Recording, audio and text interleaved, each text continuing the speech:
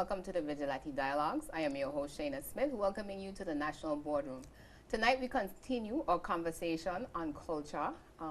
Last time we were here, we started off a series where, because I'm taking the VI history course at the college, I've decided to do a special series where we talk more about our history, our culture, our traditions, and the importance of it to our national pride.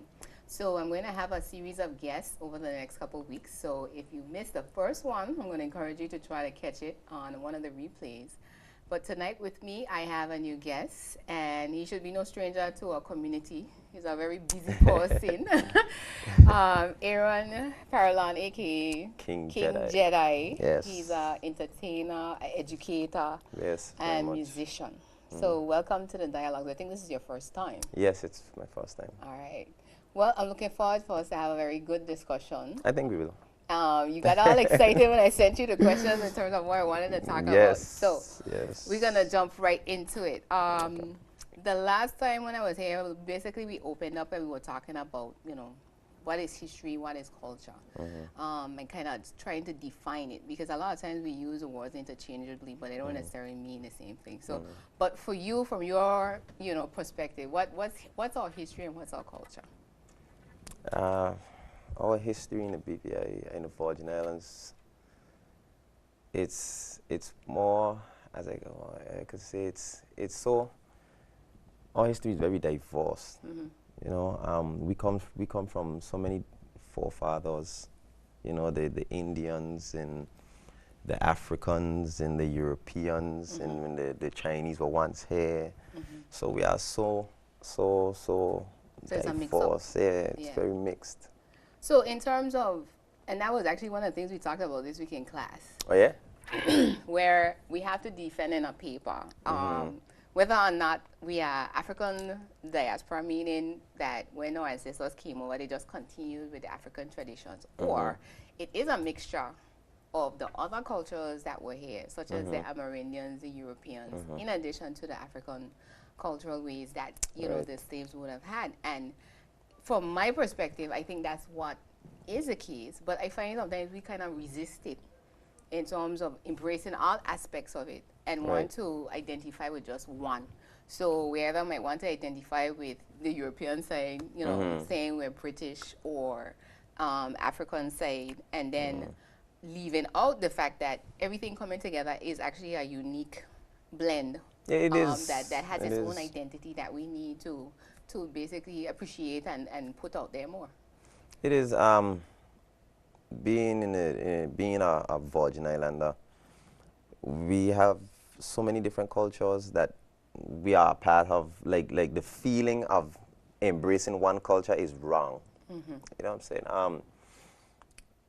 We are so close to St. Thomas, and many things within our culture is so Americanized, based upon our connectivity with the Saint-Thomians being US, and then we spending the US dollar, so we tend to have that vibe within us that we somewhat Americanized.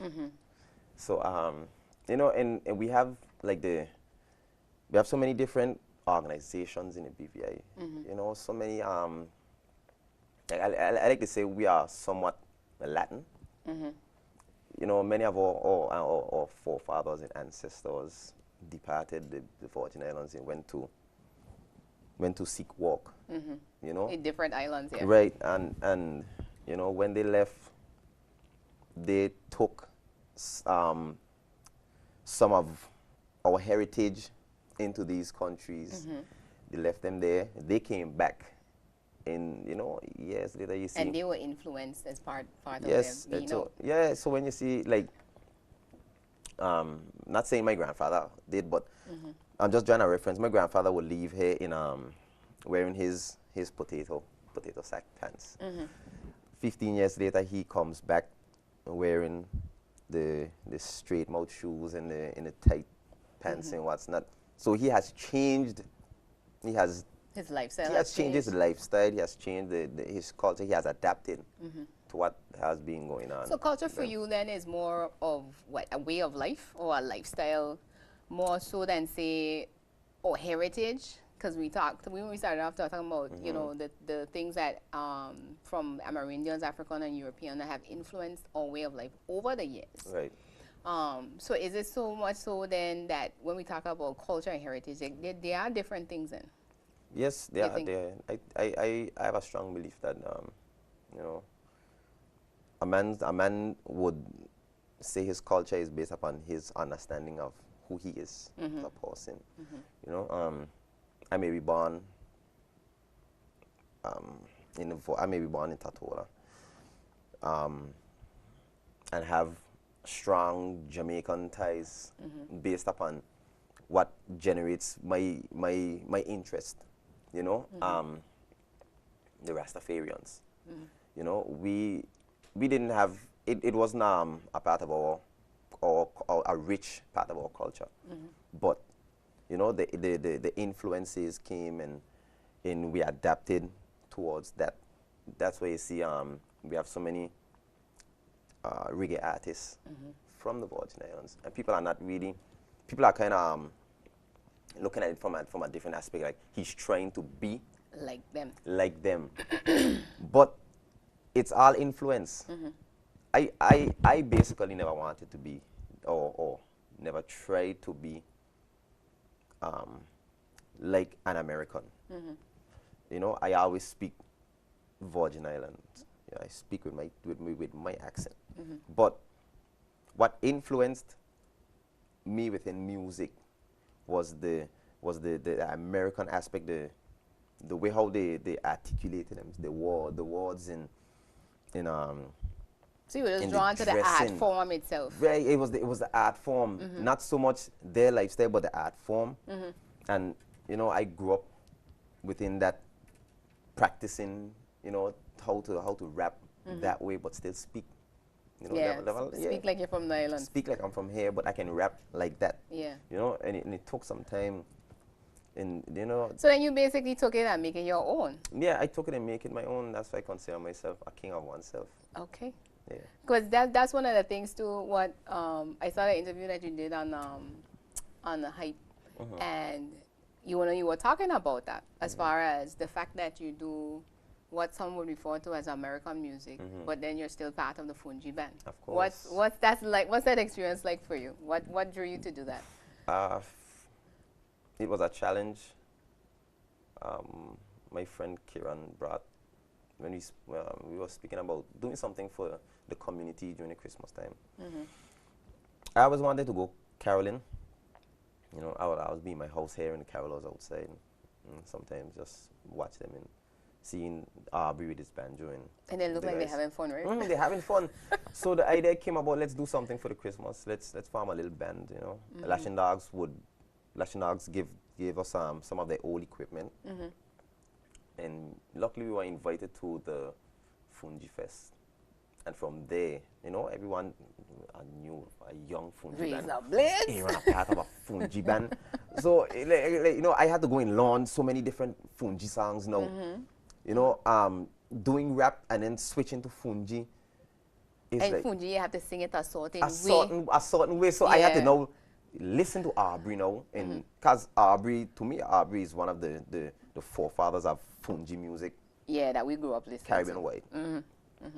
And so I pulled up some Aubrey, some of Elmo Stout music, a little Happy Hits, go on YouTube, you know. And it was like the same way how I fed off of the Jay-Z and the Biggie, learning their style and feeding off of that. I was like, wow, you know, this actually could be something fun for me, you know, a challenge for me. I embraced it, and doing that, I was able to embrace the way of Virgin Islands people life more, because then that's what the songs speak to. You know, I was actually able to learn a few things about where the music came from, learn a bit more of history, where we came from all together in terms of music. And I think from there. So you have now a greater appreciation for history. Far more. I think, and that's one of the key things for me, I think, with the class, because it's like, I knew a lot about the political history, and that's what really triggered me to go and do this class, because I keep talking about wanting to do it. And you know, just sitting in class, I was like, oh, so that's why it is we live in villages and we had the little thatch houses. Because this is exactly how it is, you know, they lived in Africa. I did the very same course. And I'm like, oh, so you had the same revelation too I then? had Dr. Michael Kent. Okay. Yeah, and he taught me some things that I today teach my kids in the classroom. He told me there's one about Smuggler's Cove. Smuggler's Cove was like he showed us a sketch of how it was like a soccer field. You know, the Indians would play these death match. Oh, where the Amerindian village was. Right. Yeah. They would play these death match. And he told us about the hospital now being built. It was built on a fort. You know, there was this time when they were doing something in a hospital and the floor caved in. Oh, he was called in the classroom. They found the cellar. Yeah. They found the cellar and we all went. And he called us the Saturday morning. We all went.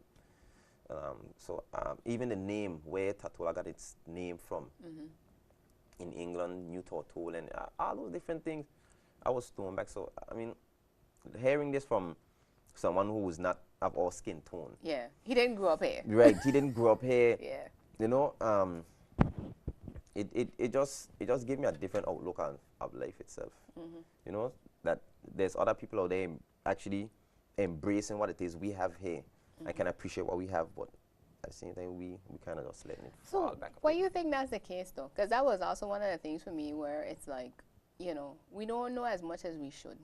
And we really need to know it from a very much earlier age. Yes, yes. I read something in a survey, and one of the answers were migration. I think many of our great storytellers migrated from, you know, I wouldn't say migrate, they left. They left and they went to seek a better lifestyle. And when they went with raw heritage. You know, the strong upbringing. The original. The originality of this country, you know, things they have seen when they were growing up that they could have taught us. You know, another problem I have, I don't think we speak to our grandparents enough. I nearly had a debate in class about that. Cause one of the students was saying, you know, the old people ain't pass it on. I said, well, I wouldn't agree with that because I grew up right next door to my grandparents. And it's something where I didn't realize it at the time, but I was experiencing this thing live and assuming everybody else having the same experience. So when I go and I talk about certain things, like see my grandmother make tat and cooking on the coal pot and all of that before they started getting, you know, appliances in the kitchen, she still would be outside doing what it is she's basically been doing all those years. And able to speak to it now from not what I heard, but what I saw. So it's almost as if I feel like I was catching the tail end of it. Because then again, our lifestyle has changed so much now. Everybody got GE in the kitchen. So, you know, few people see people cooking on coal pot and tree rock fire anymore. Unless it's some type of special event, you know, where these things are highlighted. And I told them, I said, no, I live this. This is how I grew up as a child, seeing this going on. You know, my grandfather had sheep. So you used to watch them kill the sheep. I mean, it was like nothing. They kill the sheep, we eat it the next day, that night. You know, he was fishing. He go out, he sit on the yard, repair his net, make fish pot, go to hill, get the tire for the tire broom. All these things for me were that was just childhood. Right. You know, but now it's kind of like it's a big deal because we feel like it's slipping away and we're not seeing it. And I feel too, one of the things I said that I think the responsibility is also on us to go and talk to the older heads. Right. And ask them, you know, what was it like when they were growing up and how, you know, they survived and made out and came to where we are today. Because then it is not necessarily going to be, because a lot of young people I find they don't want to sit down and have that conversation. No. Because they don't understand the importance of it. It's very important to know things of the past, where you came from, or what your people had to struggle to before the GEs in the Escalade, them, in the Beamer. All those things go here all the time, and it's like this is how sometimes I feel like we really believe this is how it was all the time. No, I mean, I have asked a few questions to older heads. I was able to witness certain things with my grandfather. He was a fisherman. You know, the same fishing net. When we go to Peter Island, he would, if they catch a little congo or eel, they would tie it up on this thing they used to have when they caught in the fish. Yeah. Tie it, and we would beat it like a piñata, beat it, beat it. We would beat the congos in, you know, being able to actually see a pit. Yeah. You know, I was telling my kids about it. These pits, like going into this little room, you know, there's a bathroom in the house, yes, but then this pit outside, and then this big pink pig outside there. So you by the pit, and then you're hearing this grunt outside. You're so scared because you don't want to come outside, and the pig eats you. The pig looked to run after you. You know, the pig were big, you know. Yeah, they were big. They were big. They were very big. Like I saw that couple of them. They used to be really big. Yeah, they were very big. And like even through hurricane times, those memories. I'm glad I was able to, you know, go through that stage with Hugo. You know, we had to pull out the kerosene. Yeah, everybody rush up in the house, and then they had to tie, make sure the house is next to a tree, tie the roof down on the tree. There's another rope going straight over the other side of the roof, another rope going this way, and one tied up to this. And you know, I was able to see all these things growing up in the house, and the family, everyone there, and you know, we eating Johnny cake. You seen Johnny cake roll, and people, yeah, my aunt singing, my mom singing, my grandmother singing, my grandfather just out and about smoking his pack of Marlboro. Just keeping an eye on things. Yeah. He smoked his Marlboro and ate his soda biscuits and his sardines, and you know, those are things I was able to witness as a youth man growing up. Yeah. You know, even in my village. Yeah. And I think those things are so key, and like you're saying, in terms of communicating that to the next generation so that they can have an appreciation of it. But we're going to pick up the conversation. We're up to a commercial break, and we'll be right back after a word from our sponsors. Welcome back to the Vigilante Dialogues. I am your host, Shaina Smith, welcoming you to another conversation we're having tonight about VI history, the importance of culture, and national pride. My guest tonight is Mr. Aaron Parillon, a.k.a. King Jedi. He is an entertainer, educator, and musician here in the Virgin Islands. Very proud of this young man. He's a good guy. Yeah, thank you. I'm good. Yeah, you're a good guy. You guys are there, you know, making things happen. And I really appreciate it, because a lot of times we always hear about the negative things about our young men.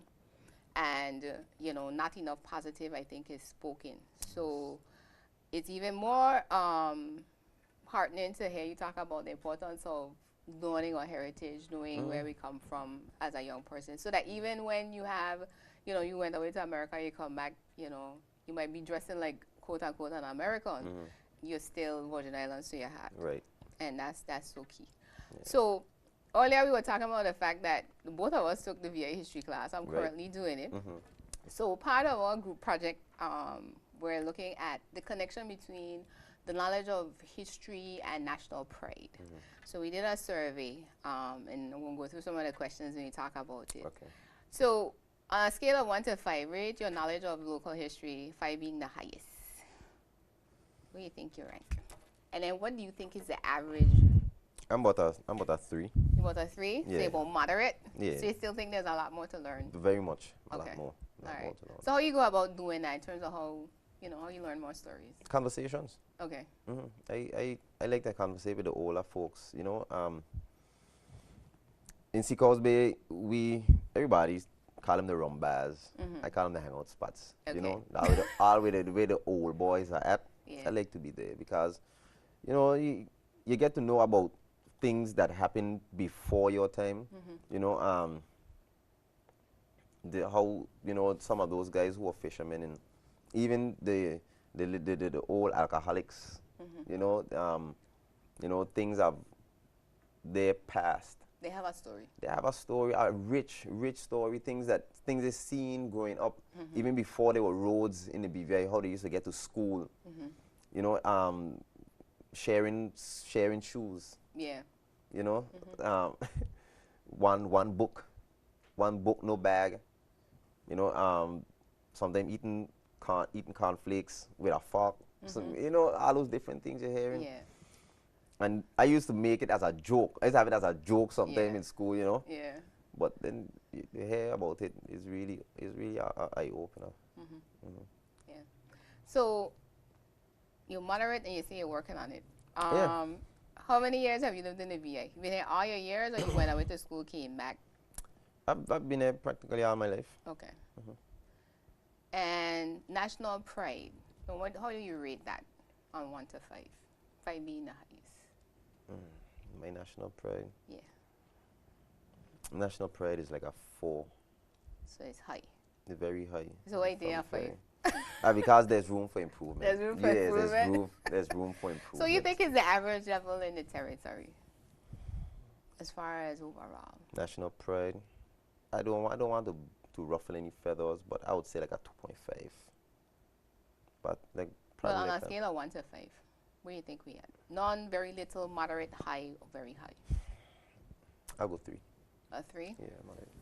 I think with this, I'm split, and I expect to see show up in the survey that based on the age ranges, you're going to find where you might see the younger, like say 30 and under, it might be lower than those at, let's say, 40 and up. Because when I'm looking for what we're testing is to see, you know, the more you know about your history, more you understand about your heritage, that you tend to, your level of pride goes up. Because then you know what it is you be proud about it. That's why I say I'm like a 4. So it's something where I want to see where to is leading into the other question of, do you think we're losing our VI culture? Losing our VI culture. Or losing touch with our heritage? And while he thinks about that, let me remember to tell you, you can call in and share your thoughts.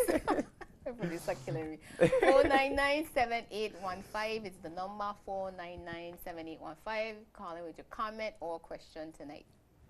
I would like to say we're getting back. We're getting back We're there. getting back. We're getting back there. But there was a shift. Yes, there was a gap. There was a gap, and I think I give a lot of respect to Honorable Walwyn for implementing the territorial song, territorial way. That gives us a sense of pride, you know, knowing that you have something you can take anywhere with you. You could take that anywhere. Before, and I said I don't really want to ruffle any feathers, but no, dark truth. Yeah, I'll speak truth. I like to speak it real. But before, I think the only thing we could have taken with us were conversations. You know, nothing physical. There was an identity. No, we didn't really have an identity, and we are still walking. We're still walking on an identity because, like I've said before, we have so many different influences. So I don't really know what a Virgin Islander looks like. You know, so many different crossbreedings also. Yeah. You know? Yeah, we mix up. Yeah, we mixed. We're very mixed up. Like my grandmother. You got a piece from here, piece from here. Yeah. Stitch it all together. Yeah. And you have the quilt. Because I'm part of a Dominican heritage also. My father's from Dominica. My mother is from here. My mother is deeply a Virgin. She's a deep Virgin Islander. To her bone. To her bone, to her big bones. She's Straight a the marrow. deep Virgin Islander. You know, she's strong about national pride, you know. Yeah. And I lean on her for a lot of her strength, you know. Yeah. Yeah, and understanding the importance of it, because that's one of the things where too I feel we're gonna think. Let me leave that question because we're gonna put that in there. Okay, so you think there was a shift, and what I wanted to point out here too that I've realized over the couple of weeks too in class is that and I was talking about this last week Thursday on the radio where after emancipation, the planter class more or less left, and the Africans were left, and for quite a number of years, basically, we were here fending for ourselves. We had, you know, the administrator come keep a lot of order, so to speak. But we didn't have legislative council, all of these things. We were being governed out of, I think it was Antigua. So it's only, I think, until, like, say, probably like the 50s and 60s, there was a shift now where you started to see European influence coming back. And then the migration now around the Caribbean because of development now, different economies, people looking for work, started to see even more of an influx. So to me, even so within that little short space of time, I think you would have seen things that start to really move around because then you're not insulated anymore from the outside world. Everything is here. And my producer would tell you too, when TV came, that was a whole nother thing, because then now it influences right in your house. Right. And things, you start to be influencing your thinking by things you're seeing on the media and those types Right. of things. So culture in terms of way of life is going to change along our history. Right, it will change. But our heritage, as far as, again, knowing who we are, our national identity, our values, or forms such as music, folklore, the storytelling. I think that's such a big thing in terms of transitioning, the ideas and the values from one generation to the next, and making sure that's in place. So when we say, if we're saying that we're losing our traditions or how we do things, some of the options that we had were migration of Virgin Islanders to other countries. We talked about that as far as persons going to Santo Domingo. They had to go 6 months to harvest the sugar cane, so they were gone. Some of them didn't come back. Yeah, something. Immigration of other nationalities to the Virgin Islands. Virgin Islanders choosing to practice another culture. Persons not having enough knowledge of local history or cultural traditions or other. What would be your selections there? That's a very tough one, because I think it's a bit of each. Yeah, check all that apply. Yeah. I make sure I put that option in too. Yeah. So it'd be like some of all of them. Yeah, it's some of all of them. The friendship, the BVI friendship there with St. Thomas. St. Thomas is so nearby. The culture over there, shifts over here. Developing the country itself, infrastructure. We seek the knowledge of those from larger Caribbean countries. So then they come over here. Certain skill sets, Filipinos have certain skill sets we don't have. Then we bring them in. So then what you see now is bam, bam, bam. All these different cultures coming into the Caribbean. I mean, if Virginians now, they gonna come with their, like, same thing. My grandfather leaving with his potato sack pants. He come back with something else. No, they come in here, they bring in their culture here. We may employ them. We employ them in our establishment. We begin to learn about them. We start to eat the food, and then we go from the fish and the fungi now straight over to the pasta and the shrimp, and the different the egg rolls and all those stuff, we start to pick up, and then you have a Dominican here, and you start to eat the little TTV fish. Then we gone from Jacks to TTV, and then we have the Bajans here, so we gone from eating bonito straight to flying fish, so it's like we picking souls. So I think we just searching to see what is us. Who are we? So what do you think is done in those countries that we haven't established yet? Because one of the things what I watch, we see it in America all the time. Let's say, for example, the Jewish community or Italians. They're very famous for that. Even though they left Italy, it's basically like they pick up Italy and drop it in America. So their way of life was just as it was. Because that was something almost as if it's in their DNA. And they make sure that they inoculate and indoctrinate the next generation that of course. You're Italian. Okay, we live on this planet. And this is how Italians behave, this is how we behave. Do you think we have that?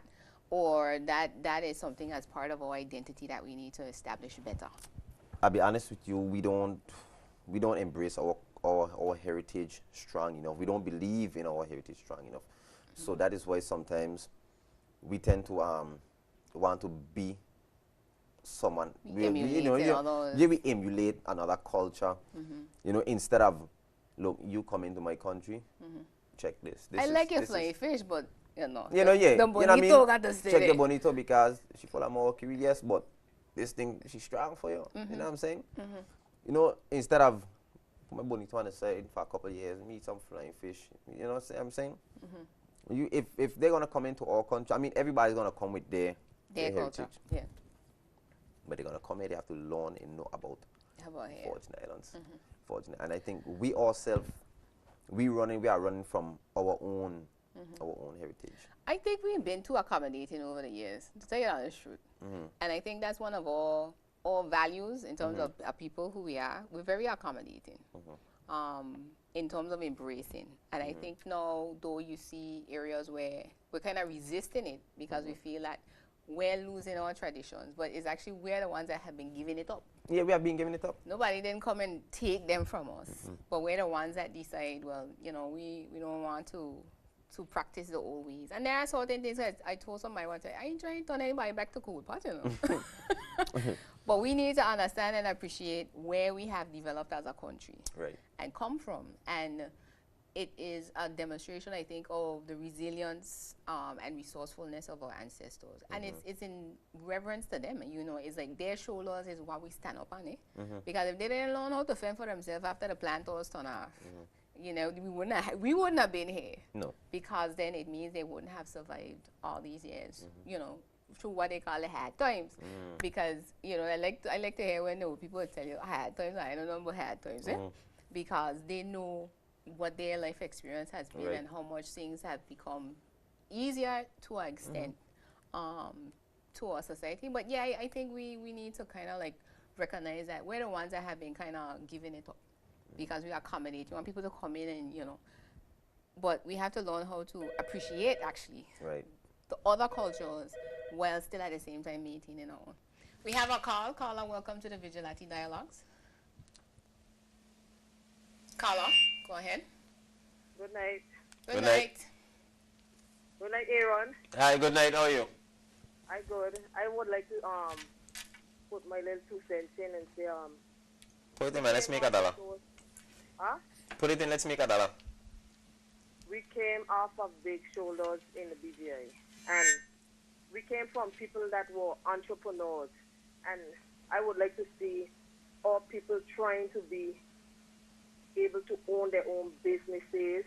We came from families that saw that when they had a lot of families, it was very important that the man go out there and the woman stayed and nurture the children so that when they come up, they'll be productive citizens in society. But we have lost those things because the two parties want to be out there now. Okay. Very much. I bite that. So, Carla, you're saying in terms of that's one of our cultural traditions that you think we've moved away from that has affected us in a negative sense?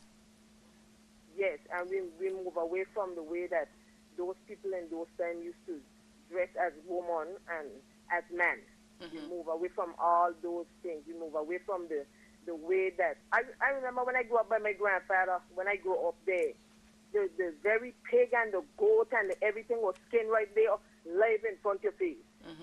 The head was put on the fire to roast, and then you get the milk from the cow. You make sure that the chicken, when the egg them lay, you get them and you leave that one egg there. But everybody want to run the shop now to buy these things. I know about Tortola being the place to export food that we had grow here. Now we run in the store to buy these things. Yeah. So we need to get back to that time so that we could eradicate these chronic diseases that are going on in the country. Very much. So we won't be having to have these match. We're matching for diabetes, we're matching for cancer, we're matching for high blood pressure. We can't just match alone. We got to do the right thing in order to get on track. Good night.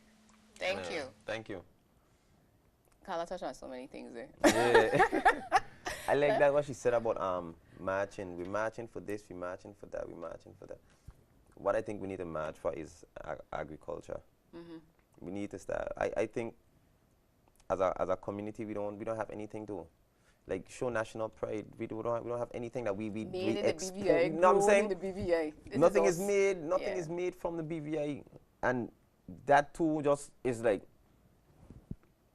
It makes me feel like we are just like a wholesale country. We just consume. We just consume. We just bring everything in. Yeah. And we just distribute. And I had a scared the other day when they when the whole produce section was like empty because it had some shipping logistical problems. I see. This is prime example of what would happen. Yep. Where we can grow lettuce, carrots, tomatoes. All these things are cash crops. I really hope that the government takes a serious look with the greenhouses as far as local production with these cash crops that are torn over. Because farming, I don't think is something we should ever let go. Everybody has to eat. And countries that are the big exporters of food, anytime a famine hit, they're going to keep the food for themselves, you know. Of course. So which means we're going to be end up out here having to decide whether or not we need to go back and put a ground. I grew up with a ground. My mother make sure she used to grow sweet potato, cassava, avocado, mango. We had a big ground in the back, and we used to help her with it. And, you know, the whole thing, too, of entrepreneurship. Again, too, with accommodation. People come in, they tell you, no, you don't need to work hard anymore out in the field. You need to go to school, get education, go sit down in somebody's office. And that's supposed to be now your way of life. Right. Rather than saying, looking around our resources around us. You know, agriculture now is a billion-dollar industry. It is. And we are not a part of that. When I saw the map the other night in class where the whole of Tatola was covered in sugar plantations. When I say the whole, I mean from the highest point, Sage Mountain, straight down to the sea. And yet people telling me, well, we can't grow anything here. Well, when I used to grow it before. I'm saying, like it used to just pop up out of the sea or something. Yeah, we terraced this land and it was productive. We grew tobacco, sugar, cotton. And again, too, if you don't know your history, you wouldn't know these things. You don't understand. So the conversations I find that are being had around agriculture are being done in a vacuum. Right. There's no context. There's no proper context to it. Because, you know, this is how we survived. We grew what we needed to eat, and we fish. Our farm had livestock and all of those. And those are things now that, you know, you have when you see persons starting the farms and all of that. That's a valid vocation, and it needs to be strongly encouraged in our school system, especially. I'll speak about that. Jump on it. I'll speak about that. We are doing civics now in the schools. Civics. Yeah, I heard that announcement, yeah. Religious education. Does VA history in high school now? I admire them. I'm not too sure if it's in high school. Okay. But, you know, with social studies, my group level at Escalib is a very big school, so we have different group levels. It's 5 of us in grade 6 now. So, you know, we're doing our culture.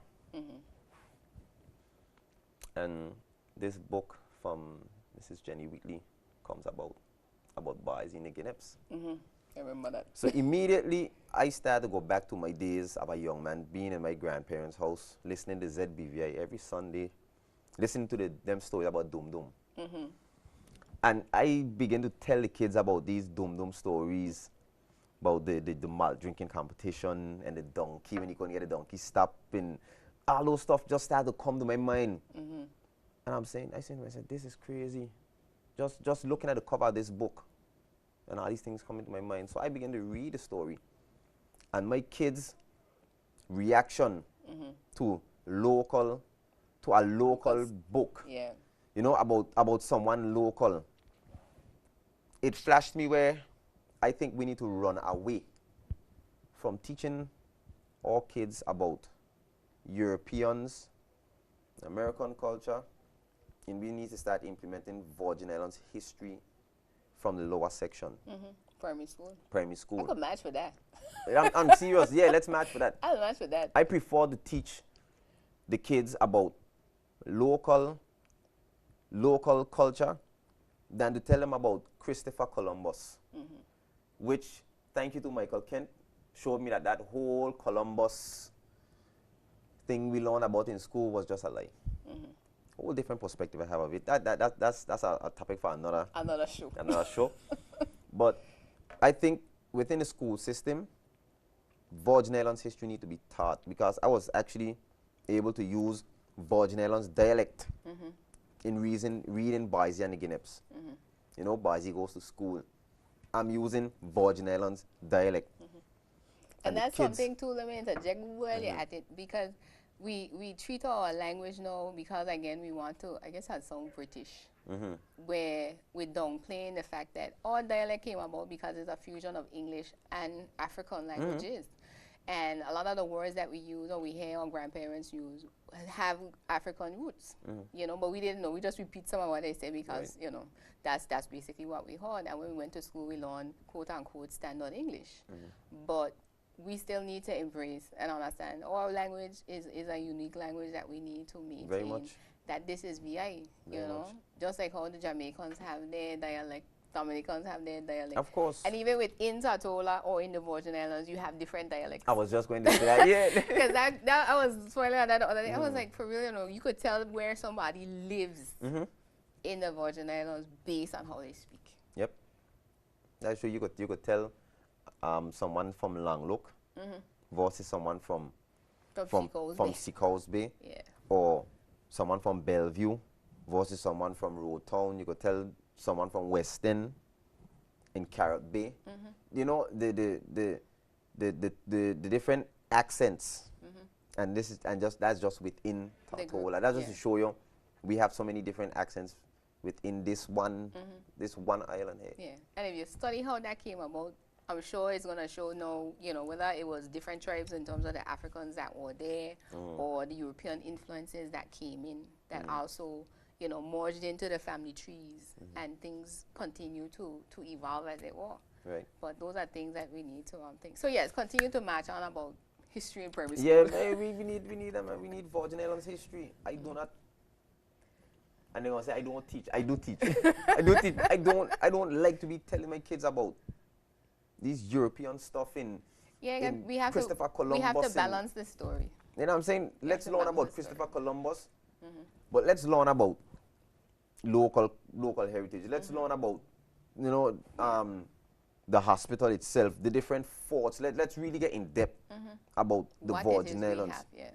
Yeah, and that is something nowhere too as you grow up, because if this is what you're indoctrinated in, then you will grow up with a strong identity of who you are as a Virgin Islander. Eh?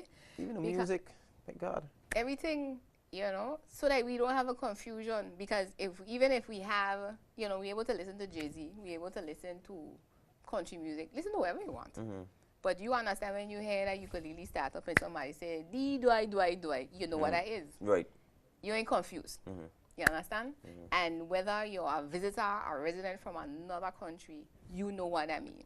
Because we have made it a point of establishing our identity to the point where it's like, yeah, that's VA. That's what it is. So we already touched on the last question, which was how do we make it stick, as it were. So we had VA school system. I've actually heard to the lobby for making it a requirement to get a college degree at our college. What do you think of that? Just like how you have to take U.S. history to get a degree at a U.S. institution. You think we should make that a requirement? Yep, mandatory. All right, so we check that off. All right, we have another call. Caller, go ahead. Welcome to the Vigilante Dialogues. Yeah, I want to speak to Shaina. Go ahead, caller. Yeah, Shaina. Yes, sir. Yeah, religious education, they don't teach that in high school anymore? I'm not too sure. I think it's still supposed to be part of the curriculum. Everyone, you know? I'm not too sure. I have the curriculum for lower. So primary school, they're still teaching Ari? Yeah, teaching Ari. Yeah. Oh, because in the 80s when I was in high school, we used to call it ARI, which is religious education. Right. So you think that's something as far as that shaped our culture that we may have moved away from, that we need to put back in play? Yeah, but that was always part of our culture. You know, we grew up into church every Sunday, going to church, and even in school, they teach you. In terms of like Bible principles and stuff. The Bible and Jesus and the stuff like that. No wonder the high school so corrupt now and so much of violence in it. Okay. That's serious. That's serious. Carla, can I ask you a question? When you're speaking about religious education, teaching religious education, which aspects of religious education you feel is most important for us to touch base on? Because there are many different aspects of religious education.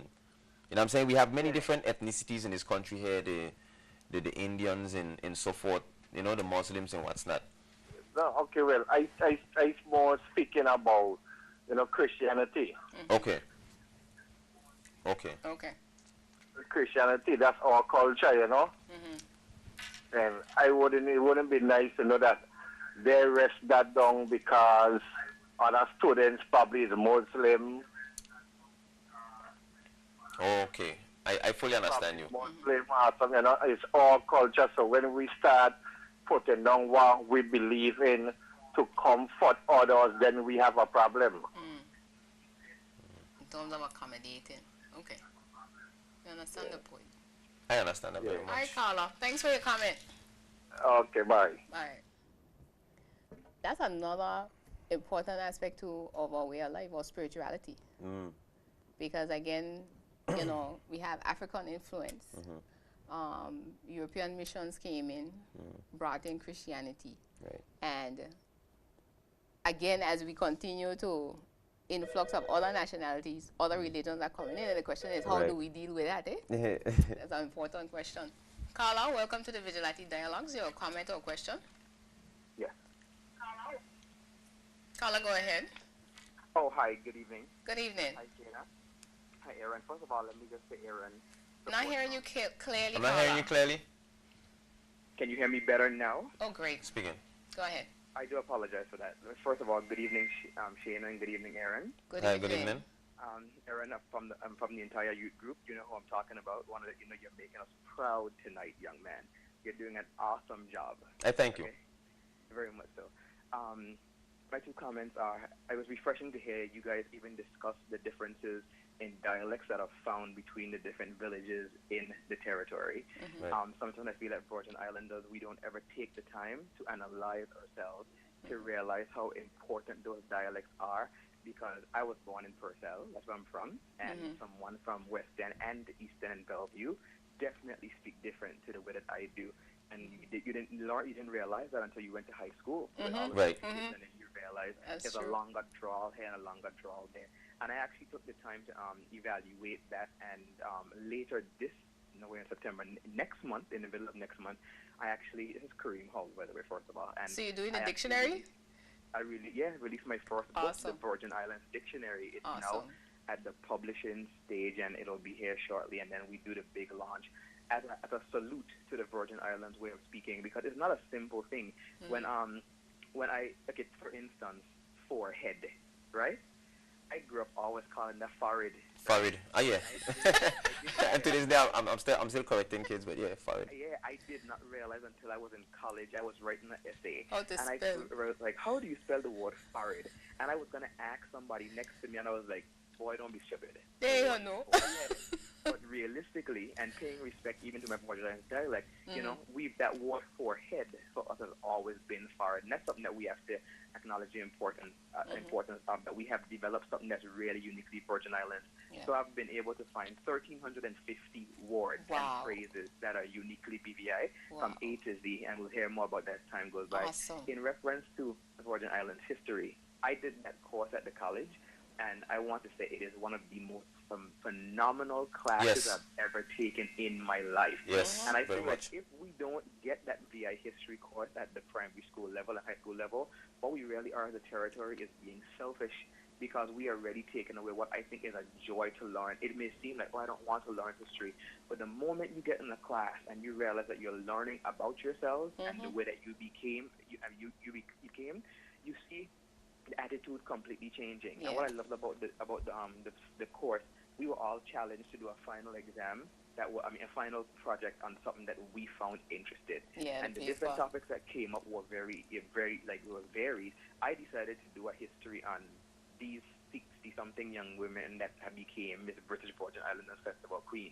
And it was a fluke, and I actually learned so much. So I think that we have to come to the point of not even waiting for the college level, but stop being selfish and understand that our children's passion for history can be ignited from the lowest level to the highest level. And if we don't get it in the schools, we're really being selfish and cheating our children, because they'll probably really enjoy it, They really probably will. Yeah. And that's how I felt when I finally started like doing my own research, and it was like, why only now I'm finding out about this? I'm in my 30s. This stuff I should have done from time I was 13, you know?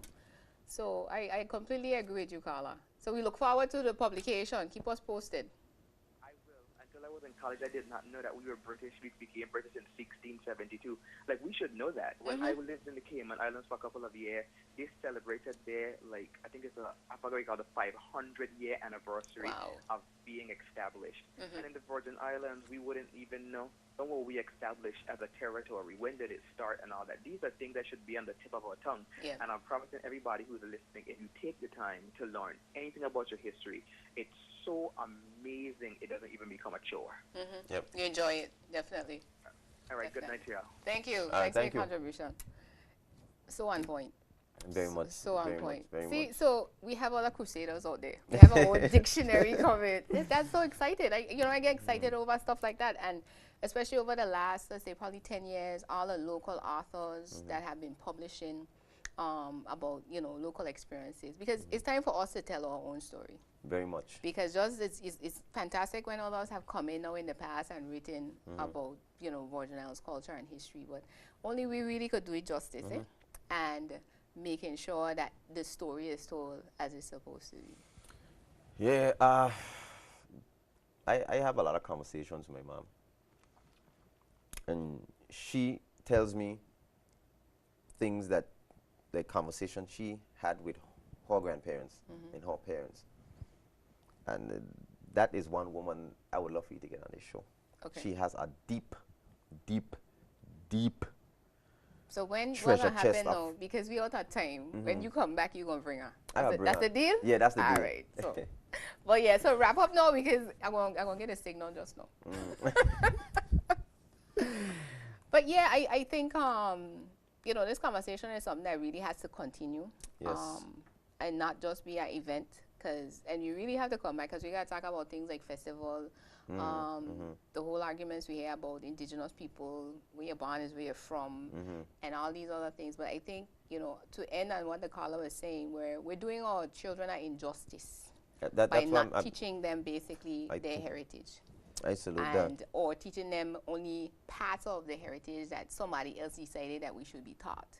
Because we have the power now to decide our curriculum. No, nothing isn't coming out of any place else. And even if we do things like Caribbean history, it should not usurp Virgin Islands history. Because in high school, because we had to study it for CXC, I could tell you what happened from Trinidad to Jamaica. But, I had to find out only some years back that in 1950, I think it was when we became a territory. And that is what Territory Day is for. We celebrate Territory Day as a holiday to be home or go on the beach, but not understanding the significance of it to our history as, again, a country. So those are things that, we really need to get into more, and Very much. hoping that the Department of Culture is going to really start to pick up the pace on a lot of this stuff. There's an association for the preservation of VI culture that's established. I'm going to try and have Dr. Shaina Smith on. He's associated with that, to talk about some awesome projects that they're doing. So what's your final words? How do we light this sword and keep it burning? I want Virgin Islands history implemented in the primary schools. It is easy, in this day and age right now, it is so easy for us to source information on the internet. I could learn about Christopher Columbus just by going on Wikipedia. I can't learn about Virgin Islands history going on Wikipedia. It's easy. You could build a curriculum off of the internet about the code of the Caribbean. We need to establish our library. We need a Virgin Islands library, That's something I want to see happen. So I could probably I don't have the information, I don't have the knowledge about what happened before, but if I have a book, I could teach my kids. I could sit and read these stuff to my kids so that when they go to school now, when they are being taught, they're like, yeah, I heard my father spoke about that. Yeah, the storytelling. That's definitely key. That's why I learn a lot of stuff. Even the Jumi story, my father used to tell me. Cowfoot woman and all those stuff. we grew up knowing those stuff. When you pass a grave, if you point, you got to bite your finger. Yeah, it's you walk in the house backwards. All those different stuff. You leave a little couple grain of rice on the floor. Yeah. All those stuff. But yeah, and the question is, these things come from someplace, and we should understand. Because even again, if you don't necessarily say you subscribe to it because your beliefs have changed for whatever reason, it's still something that a Virgin Islander should know. And even people that live amongst us, it should be readily available to them. Of course. So we have some work to do. So we're gonna start this crusade and keep it moving. I hope it had been started tonight. Yeah. I take up this thing and I run away with it. Because it really, oh, and also for those who might be interested in the VI history class, I understand there's a 6 weeks abbreviated version. So you don't have to go through all the different assignments, and if time is a constraint for you as well. But, I strongly encourage, I want to hear that next semester that enrollment went up in VI history at HLSCC because, it's free. Thanks to Shaina. I don't need to get credit. People just need to go and get involved, and especially parents. If the kids have a elective, make sure they do VI history. Yes. They could do world history when they go away to do their bachelor's degree. But here, they need to do the VI history. And, learn about who they are. And one of the things we're going to touch on to it in the next show would be how people who are bi-diverse, they have a parent from the Virgin Islands and one from someplace else. And again, how to help them merge their identity.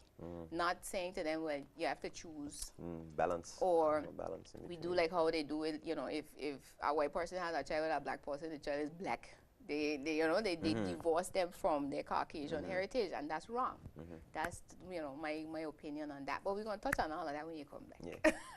So I want to thank you for being here, and thank you for having all me. our callers for calling in with their questions and comments, and we're definitely going to continue this conversation. And I'm encouraging you guys, go on my Facebook page, Shaina M. Smith, and you're going to see the link to the survey that we're running for the next couple weeks. And it's actually going to be for my class project. So make sure you guys give me some good feedback so we can use to put together, and maybe we'll share the outcome of the project when we're done. So you've been tuned in to the Vigilante Dialogues on Thank You Tonight. We re-air on Sunday at 6 p.m. and on Thursdays at 8 p.m. So until next time, let's continue to change the conversation about Virgin Islands culture. Good evening.